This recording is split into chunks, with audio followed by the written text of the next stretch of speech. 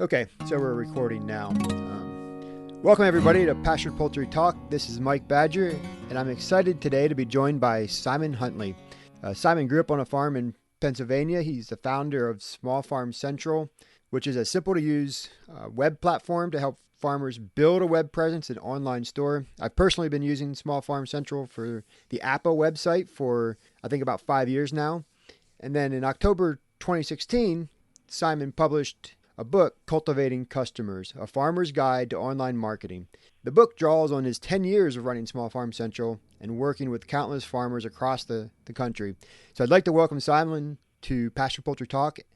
And Simon, go ahead and take a moment, introduce yourself, and fill in any missing details that I might have from that introduction. Yeah, that's a great introduction, Mike. Thanks for having me. I'm excited to talk to you, and yeah, thanks for being a customer for 5 years. We really appreciate that. And,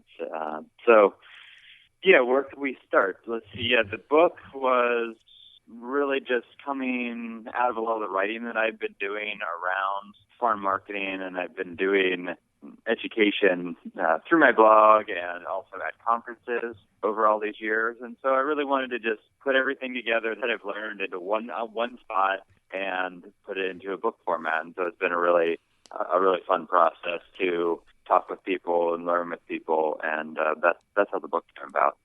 Okay, and so who is this book for? Like, what's your primary audience when you sat down to put all these your previous writings together?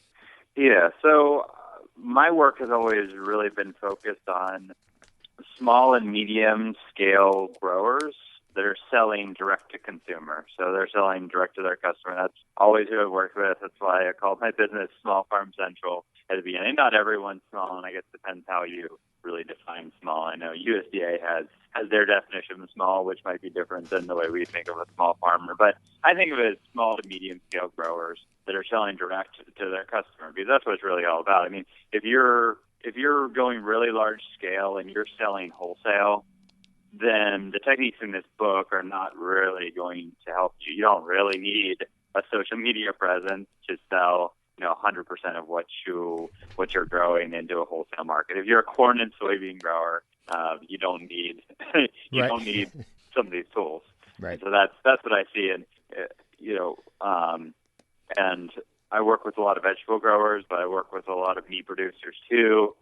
Everything, we even have community-supported fisheries, so people who are doing the same sort of thing that we're doing in the farming world, but they're doing it in fish, or honey producers, or any variety of that. But it's all about selling direct to the customer. Okay, and when you talk about small, medium growers, that's kind of your unofficial dividing line. Is you're still direct in that consumer mind, and not necessarily the wholesale. Wholesale starts to approach the medium to larger grower in the context of an easy perspective. Yeah, I guess, right. It's not really even about the size of the farm. It's just about the fact that they're selling direct to customer. Yeah, perfect. So I want to talk a little bit about motivation for the book. So I highlighted just a passage here from the beginning of the book in your introduction, that you said something to the effect that agripreneurs are making the same mistakes over and over again. Basically, they have these great products and they just can't get them. They're going under. The farms are going under, and they're just having the same problems, which is ultimately finding customers. So I appreciate that honest perspective about profitability, and I wanted to see and ask you specifically how your farming past is influencing what's coming out in this book. Right. Yeah, that's a great question. So I come from a farming background. I grew up on a small farm, and so as I was growing up, I really wasn't at all interested in farming. I was more of a computer kid, and I liked programming and everything like that. And I didn't want to be on the farm, so as soon as I could leave, I left. But right. As I got away from the farm, I got a little bit more interested in what was going on in small-scale agriculture at that time, and I eventually ended up helping a fruit farmer start a CSA. So, as I got back involved with farming, I guess just seeing what my parents did and watching them work off farm jobs, and I'm sure it was never really there. They never really tried to make a go of making the farm 100% of their income. Very few people in the area that I'm from actually make a full-time living from farming. And so, but I got more interested in, I've just always had sort of like more of a business mindset to things. So I was just always really focused on, is this a living, right? Could you do this over the long term? And I just believe that's so important to the longevity of what we're doing in sort of small and, this direct-to-consumer farming world, that we need more farmers doing this full-time, because if you do it full-time, you can really sort of give it everything. You can really take care of your land. I mean, if you're, as a lot of people in your audience, I'm sure, are doing this on the side, and it's really hard to do and really hard to keep up with things over the long term. So, that's, I guess, just growing up in that background really has always had me really focused on the profitability of small farms and making sure it's something, it's hard to make a living off a farm. That's the margins are low, the costs are high, the labor costs are high. It's a hard thing to do. So I'm not sitting here saying it's easy. I understand that. But I think that we need more people that are able to make go of it. And a lot of that is this aspect of like the next generation coming in. If farmers want their kids to be working on the farm, they need to show that this is something that's like a viable long-term, there's a business there that they can hand off, to the next generation. Right. Yeah. And to your point, a lot of pastured poultry producers, a lot of my audience here in the podcast and even in APA, the poultry is I guess a sideline venture. That's how it starts. And poultry is one of those kind of introductory farming activities. It's really kind of easy to get started. And my take usually has been over the last couple of years specifically is like, you gotta do things that make you profitable first, and then you can get bigger, because, and that's a tricky situation when you're working an off-farm job. And that's a whole interesting concept itself. But, I really appreciated the introduction and setting the tone of profitability first in the book, and it was great. In preparation for some other stuff, I came across some old emails that I had, and one of them was from a pastured poultry producer from the 90s, and we were having a conversation recently, and he said people with a previous career in sales and marketing tend to do best in pastured poultry, because that is the hard part, and production and processing is simple to learn and operate. I'm not necessarily saying that production is simple. We need to give some time to our craft, but I'm wondering in your experience and perspective with Small Farm Central over the last 10 years, if you see people with that background be successful in farming, make a successful transition into farming. Is that a statement that rings true to you to some degree? Yeah, it does. I just think having sort of a business mindset about things and not getting into this because, the idealism is great, or like wanting to work with your hands, or, right. Whatever the reason. I don't know, people that are moving from, more of an office job and like sort of idealizing what it would be like to work on a farm and how simple life will be. One sort of interesting thread that I've just gotten through talking to some different farmers is like, they left sort of the corporate world and started a farm, and they thought, oh, this is just going to be so simple. And then it's way, way more complex than their old life, actually. Right. And as someone who is, I have some different technology products, so they'll come to me and say, like, I got out of the corporate world, so I didn't have to do this stuff, and now I'm doing more of it than ever. And so that's sort of interesting. So I think you have to be prepared for that, right? It's a business, right? Like, this isn't, the marketplace doesn't owe us anything, right. I guess, and then we need to figure out how to make the numbers work, and, how to attract customers, as we'll talk as we go along. But one thing that I think is really important as we start this discussion about marketing is that, to me, marketing is vitally important, and you got to do it, and you got to do it right. But it's all predicated on the fact that you have a great product, right? Right? So so you need to have like that production in place, good standards, just you need to have like a super, super solid product, and then marketing sort of builds out that. Like you have great marketing, but your product stinks, people aren't going to stick with you, but again, if you have an amazing product, but your marketing stinks, then you're not going to be able to sell what you're growing or what you're producing. So they go hand in hand with each other. And I guess my book sort of assumes that your product is amazing and great. And so. Yeah. And that's a good point. That's, I hear from time to time, people say that cliche line that your product's good enough to sell itself, which is in most cases just simply is not true. Your product is good enough to get somebody interested if you put it in front of them. And I think that's kind of what we're talking about here. Is getting the right people to finding out who they are. So let's then jump into this idea of finding some customers. And in your book, you outline 3 different sections, and the first section here is focused on some of the digital marketing, and then you go to tactics and strategies, and then a section on selling it in specific contexts. So if you would, Simon, I'd like you to frame the idea behind the first section of the book, chapters 1 through 5. And in this part, I really enjoyed this part from a marketing or technology geek. I don't know what it is, but it's the foundation of what you're going to talk about in the rest of the book. And I think it's vitally important because so many people kind of skip this section of their marketing. And so if you just talk us through, how we get started or how we should think about this in a systematic way. Yeah. So I guess what you're talking about there is the customer funnel is one thing that I talked about in that first section. Yeah. So the first section of the book is a little more theoretical and thinking about, how we're marketing, how to identify the right customers, how to move them through all the way from just being aware of your business all the way through actually buying something from you. One little quote that I like is, your employees don't get paid in Facebook likes.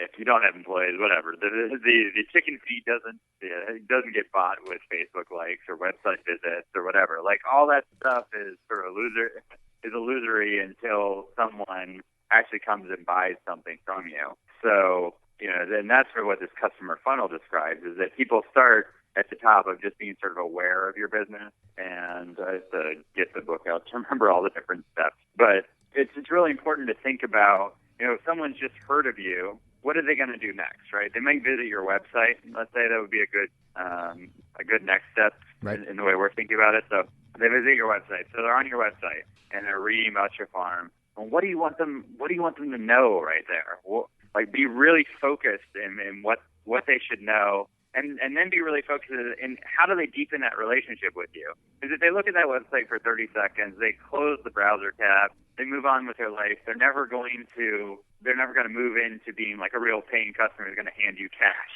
because that's really what we need them to do.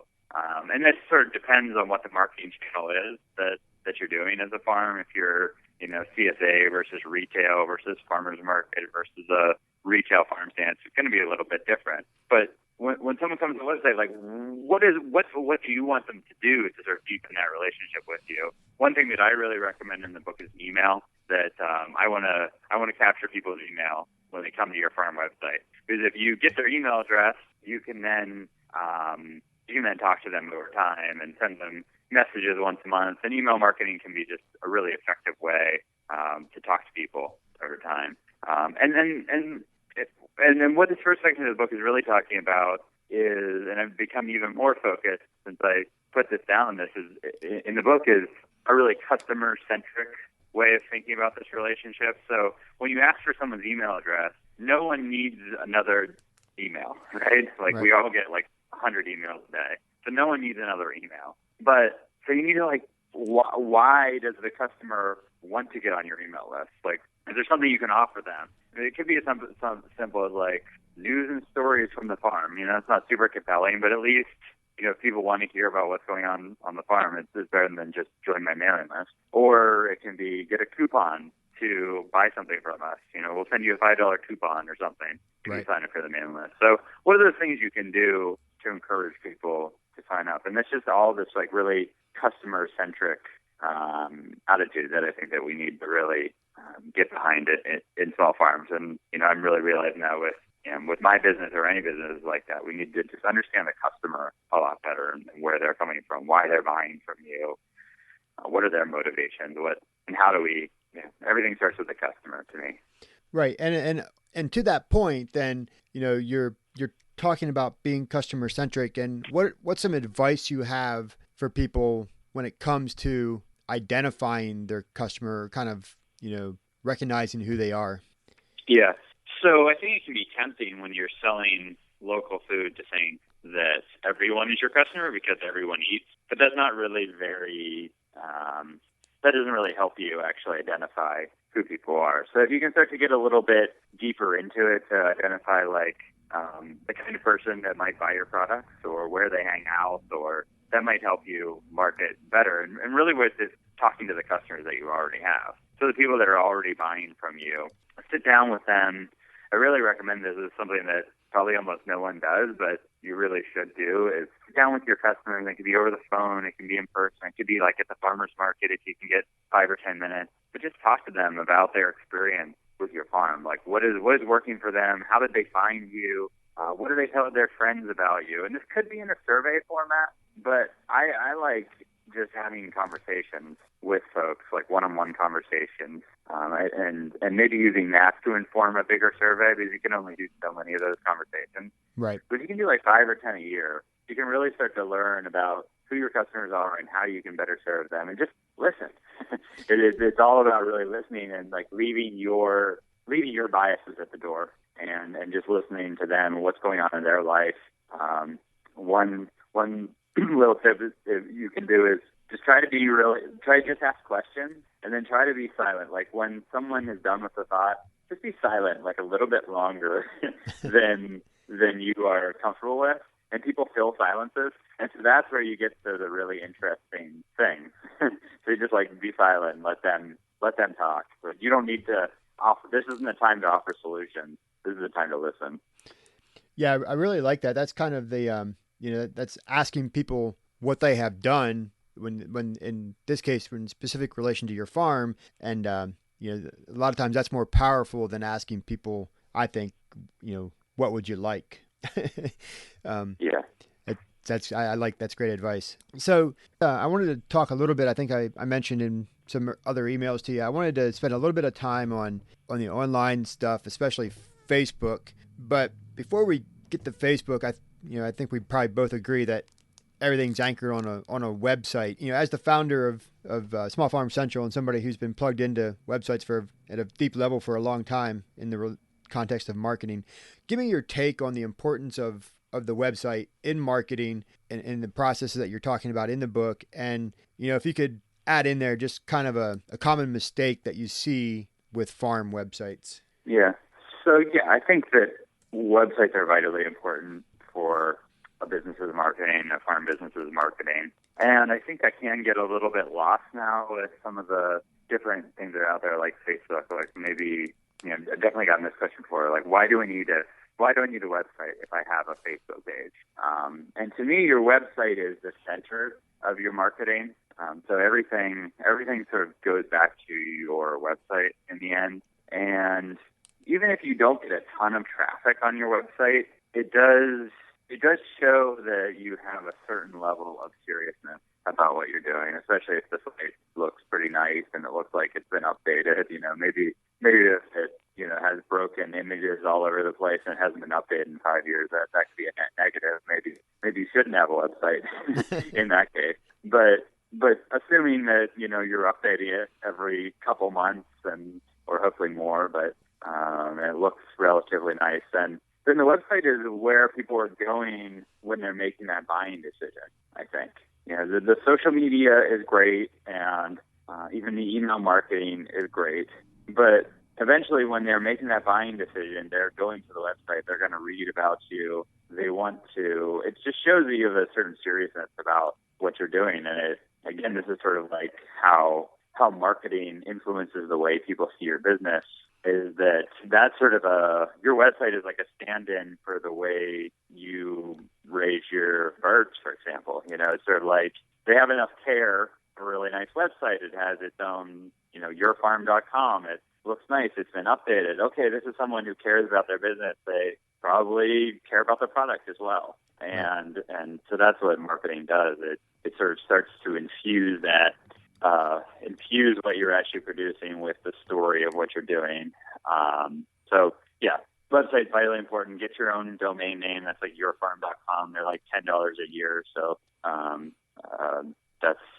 that's just a no-brainer. Right. And let's see, biggest mistake, certainly not keeping it updated, out-of-date content. I think just having too much on the website is one thing that I'm really starting to identify as a problem. Having too many different paths that you're giving people to understand about your business. Like, be really focused about what's on your website for just what people need to know. Be focused on what that next step is in the relationship, and you don't have to write like 2,000-word essays on every part of your business.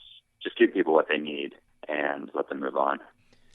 Thank you. Yeah, the out-of-date stuff is one that I think plagues us all at one time or another. But it's interesting to hear the take on having too much. I guess that's really kind of I would frame that as a focus issue, like helping people focus in on what you're selling, and it helps you as a marketer kind of focus in on what's important too. We have a tendency sometimes to be long-winded, I think, and that carries onto our websites.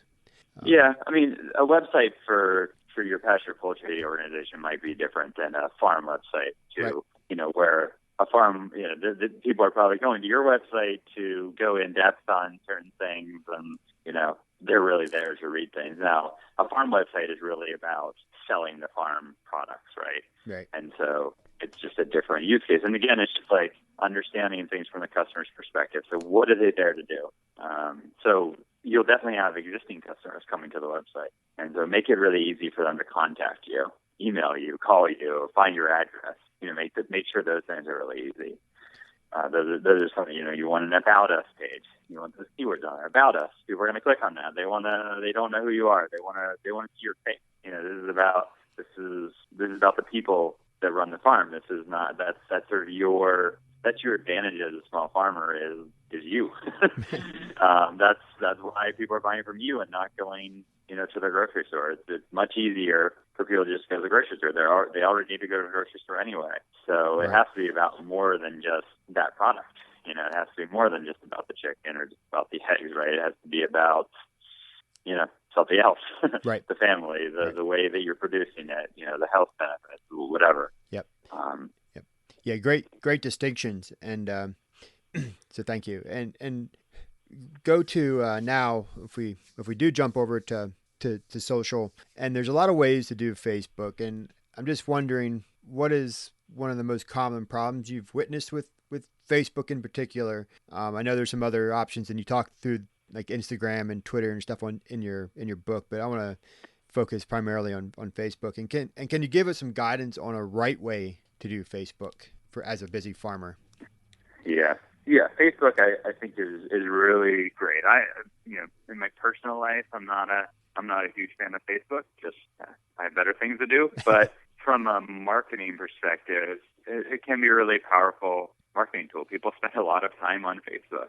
So that's sort of where people are. They've got 1.5 billion active users. So they've just, it's, I think if you're going to, I would rather see people pick one social media platform and do it really well rather than do all of them and sort of do them midway. So if you were going to pick one, Facebook, great. So Facebook, how do you do it right?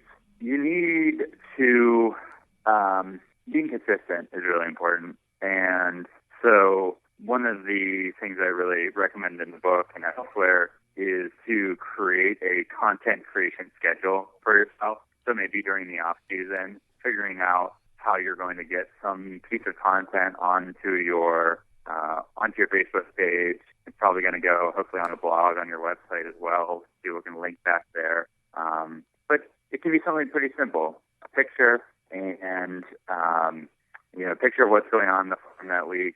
Hopefully something compelling, something with animals in it, something with people in it, something that's action-oriented, something funny.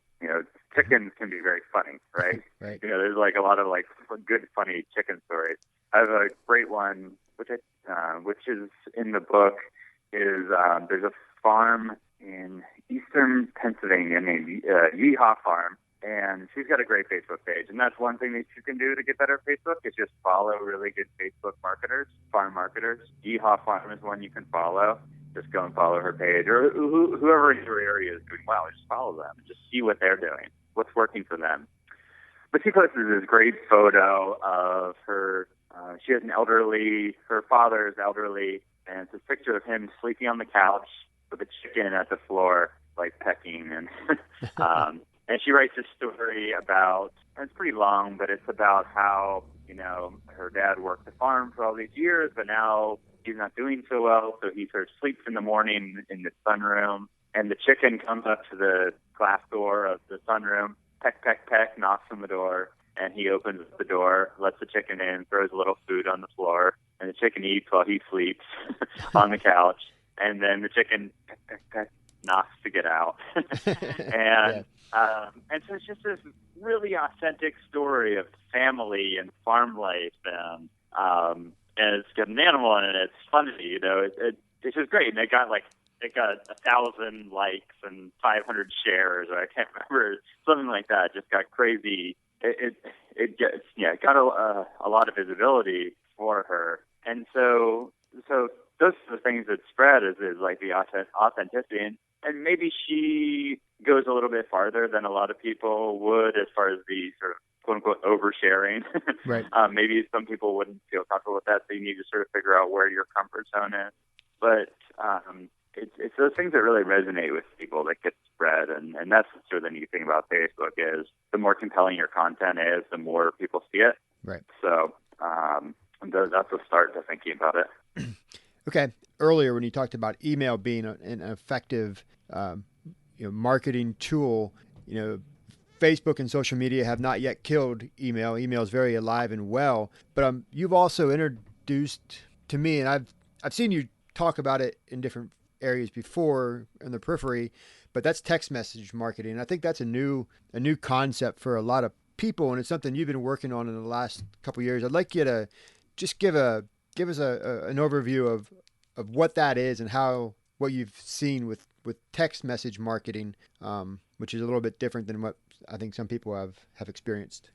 Yeah, text message marketing can be really, really effective. And the reason is that people aren't getting that many text messages. It's about as simple as that this is a culture, we aren't used to sharing our mobile phone number with companies. So we're not really, maybe that'll change in the next 5 to 10 years, or maybe with different generations as they come along, we'll be more comfortable with it. But in general, we just use text messages for family and friends, and we don't really use it for marketing messages. And so because of that, it's not over, you get hundreds of emails a day, right? So it's very easy for an email to get lost in the shuffle. But a text message people are going to read, and they read it very quickly. The open rate is very high. That's one way we can we think about engagement in marketing is like say open rates of an email. Open rates of an email, industry averages are something like 20% open rate. Now I see a lot of farms, because people are more engaged with farms, they might get a 30 to 40% open rate. Right. However, text messages are north of 90% open rate. People open them, right, and they do it almost immediately. Right. And so what it actually is really nice for is farmers market, and that's what we've been doing through our Farm Fan app is setting up a system for farmers markets and farmers market vendors to sort of get their customers to opt in to get a text message in the hour or two before a farmers market. And it's just super powerful as far as driving sales to be able to say, okay, I have 500 people on my text message list, and I'm going to send them this message an hour before the market, tell them what I have, get them primed to come. People often forget to come to the market, or don't know if you're there that day, or aren't compelled to come, and you can send them a photo, and they read it right then. And so we want to do it right at that moment when they're making the decision of whether they're going to come to the farmers market that day or not. So it's really time dependent. And I wouldn't think that the text messaging is a little bit more maybe specialized than the email marketing or social media marketing. It adds on top of that. It's that last, I think of it as like the last mile you've done all this other stuff to do your marketing really well. Now we need to get them down to the market so they actually buy something. And we've been doing some surveys, and the results are just even beyond sort of my expectations as far as what people are saying, as far as like that it's like almost 90% of people say that it's important for them to actually get down to the market during the season. So people really appreciate these messages, and not everyone signs up. Certainly, people, it's sort of self-selecting. These people who don't want it won't sign up. That's okay. Not everyone's comfortable with it, right? Because it is, the neat thing about text message marketing. We realized early on, I don't think it wasn't a bug in the system, but I think someone had set their time zone wrong in our system, and they ended up sending a text message at like 4 a.m. and it like woke their customers up, right. So it's like, because I keep my phone away from my bed, but a lot of people, that'll wake them up. Right. And so they got these complaints like, why'd you text me at 4 a.m.? And we got that fixed. But, you send an email at 4 a.m., you think you're going to wake anyone up. You're not, right. So that just talks to the power of it. Yeah, no, one time I was returning calls, and I had somebody who I thought was an office number, and I was going to leave a message with an answer, and it was about 11 o'clock at night, and I called, and the person was in bed. And I'm like, oh, it's like, how embarrassing. Yeah, a little like, awkward, huh? I was like, I didn't expect you to answer this phone. Right. So yeah, fun. So I got just a couple quick things here as we finish up the interview, and I wanted to just kind of focus a little bit on the process of writing the book. Interviews Simon the author, and I'm interested to know, because a lot of people, especially in when you start to develop a little bit of expertise in almost anything, people always say, I have a book in me, right? Somebody always says they have a book in them. So it's a fascinating process sometimes to talk with people about writing. And so just a couple real quick questions here to wrap us up, and to talk to me a little bit about the writing process, and what part of it did you find the most challenging? Yeah, I actually had a company help me put it together. So I shortcut around some of it because I sort of knew that I was never going to get it done if I didn't force myself to get it done.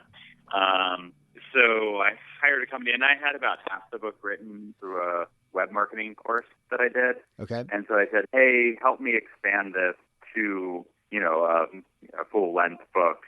And what their process is, they actually do interviews, and then they transcribe those interviews, and then sort of help you edit it down into a real book. So it's probably really different than, what other people do with books, but as a way and then they handled figuring out the title and the cover design and setting the type and all the different, getting on Amazon and all the different things so they really were the ones that kept pushing forward. It still took forever. I thought it would only take a couple of months, but it still took, even with them helping me, it was like 16 months. I was hoping to get it out like last winter or maybe like early this year. But it wasn't done until like April or May. At that point, I knew everyone was going to be too busy to read it. So I said, let's just wait till October. Right. And, so a little bit different, but that's how I did it. Cool. And then, so in that process then of actually getting your thoughts down into a format where they could become a book, and working through that entire process for the 16 months, in what way did you personally benefit during that writing process? Yeah, I love writing. It's interesting because it's just become such a big part of what I do. Right. And I've done it all these years and on the blog. And I had this course that I did, as I said, that became sort of the basis for the book. So I think writing, it really gives you a way to focus on what you're doing, and it gave me an opportunity to go out and talk to some of the different marketers that I know through my work that are doing well, and really look closely at what they're doing and why they're doing it. So I think that's been the real benefit to me, is like to really focus on what people are doing and focus my thoughts and put them down. And marketing is always such a moving target. I feel like every year, I always usually do 3 or 4 conferences where I'm giving a talk every year. And every year, I'm not trying to do like a new talk every year, but that's the way it happens. Like I just have a new focus. Even since I wrote what's in the book, I feel like I have a new focus, Right. For what I'm talking about. And so I think you just generally shift over time as, I don't know, it's a natural process. Yeah. Yeah. So it's always good to get stuff down and get it out there. And at some point you got to just get it out there and and get feedback. So I'd love to hear back from people once they read the book, what they think and what's worked for them. And that's what I really love hearing. We've gotten some really great some Facebook groups that we've created, private Facebook groups that have been really good to sort of just see what people are doing. There's one called Farmers Market Marketers, another one called the CSA Farmer Discussion, and it's just neat. People will post things up there about marketing every once in a while, and you can sort of get some great ideas. So I just love seeing what creativity comes out of farms across the country. It's really, it's really fascinating. Cool. Yeah. And so I'm wondering then, as a final question on this topic is you've self-published, and what was the motivation there as opposed to trying to pursue a quote unquote more traditional publishing model? Right. Well, I guess the fact is that I built a fairly big following around what we do at Small Farm Central. So I figured I can just go out and sort of release it to the people, our email list and our social media, and I can do conferences, and, I wasn't really sure what the additive of a publisher would be. And I eventually talked to a publisher after it was done and sort of see what sort of help, if they could help with distribution. And we may go that route eventually with it. But, as an internet guy and as a person who's written a blog, self-publishing just sort of made a lot of sense to me. It's like, well, I don't need anyone's permission to print this book. And Right. That's sort of the neat thing about like print on demand. And, we don't have to get 2,000 copies of them or whatever. We can just sort of print them as people order them and Sure. and just get it out there as fast as possible. And not, maybe it would make sense at some point to do something with the publisher, but for now it just made sense to get it out there and see what happens. Awesome. Well, Simon, I certainly have enjoyed our conversation today. I really enjoyed the book. I recommend it to all of my listeners, and we'll put a excerpt of this into my next APA newsletter that I do. Kind of share some resources there from time to time. Where can listeners find out more about Simon Huntley? Yes, you can visit our website, which is smallfarmcentral.com. And, since we've been talking a lot about email marketing, there's some different places to put in your email address there. So if you want to sort of see maybe how we do email marketing, you can come to the website and put in your email address in one of those spots and maybe learn something from that process and from what we're with the emails we send. And then if you want to reach me directly, they can email me simon@smallfarmcentral.com, and I'm always happy to be a resource to anyone. I read all the emails, I answer all the emails. So as people are going along, I'm happy to be a resource, and I really enjoy that. Or if people just have some new idea that something they've tried that's worked, or something that they've tried that hasn't, I'd love to hear about it. Yeah, great. And I will just add that by the time I publish this episode on pasturedpoultrytalk.com, I will have a link, an affiliate link to Cultivating customers that you could purchase through Amazon. So I would appreciate that, and I'm sure as would Simon. Hey, that'll wrap us for this episode. Thanks for listening. Don't forget to check us out on the web. Our home is at pasturedpoultrytalk.com. pasturedpoultrytalk.com. Never miss another episode again. Go there, find out how. Till next time, thank you.